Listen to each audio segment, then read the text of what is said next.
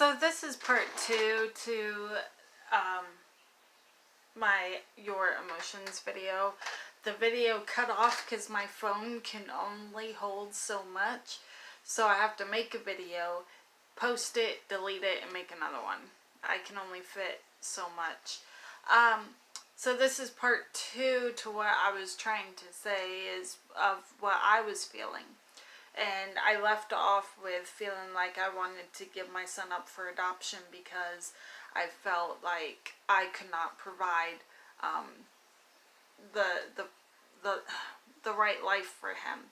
I have autism, and so because of that, I have autism. I have anxiety. That anxiety comes from the autism, and blah blah blah. Because of all these things I have wrong with me, I just felt incapable of being the person that can take care of a child with Down syndrome. And so adoption came to my mind, and naturally I brought it up to my husband, and it wasn't a rejection to my son, but rather a rejection to myself.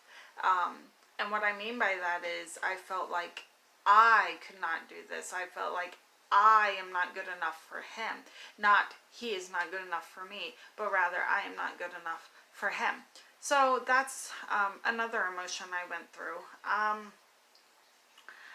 Other than the initial shock of hearing those words, and the rejection and the anger and the depression, I really didn't feel too much else. I came to terms with the diagnosis through prayer, and eventually I looked forward to having my son. I was so excited to have him.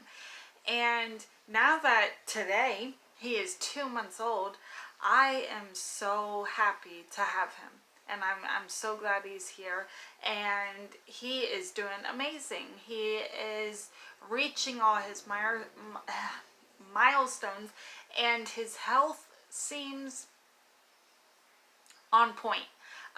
He does have an open valve in his heart. He had a hole in his heart, but it closed, and he had the blockage in his stomach, which he was surgically fixed. So other than that, he is doing so good. He is having some breathing problems. I don't know if it's a cold because there's a cough with it, or if it's related to Down syndrome, because Down syndrome presents breathing problems. But he's got a wheeze. But he has been coughing. Don't know why. I don't really ever leave the house unless we're taking him to an appointment. So that being said, this is the second part, shorter part, to the part 2 to the video of the last video. I do want to mention that I am going to be starting a new series. I'm going to continue to be talking about Down syndrome. But I'm going to be starting a new series in regards to autism and ADHD and, well, just about everything. I got my mind set on this. This is what I want to pursue and continue doing.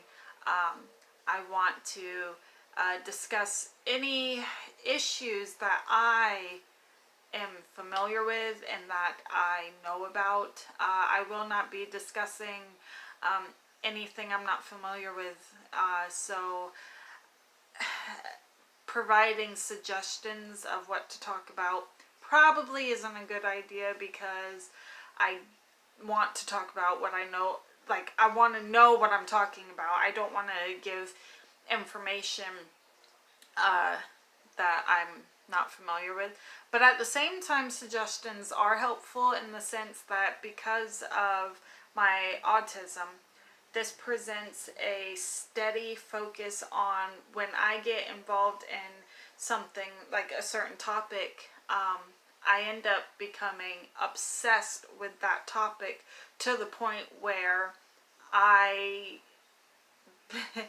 in a sense, not to give myself any kind of credit, but I become an expert in that topic because I become so obsessed with the topic. So, that being said, maybe I can do some suggested videos. But overall, I will be continuing with Down syndrome, and I am going to talk about ADHD and autism, and maybe talk about some bipolar issues because my sister's bipolar. And so, yeah, stay tuned for those things. Yeah.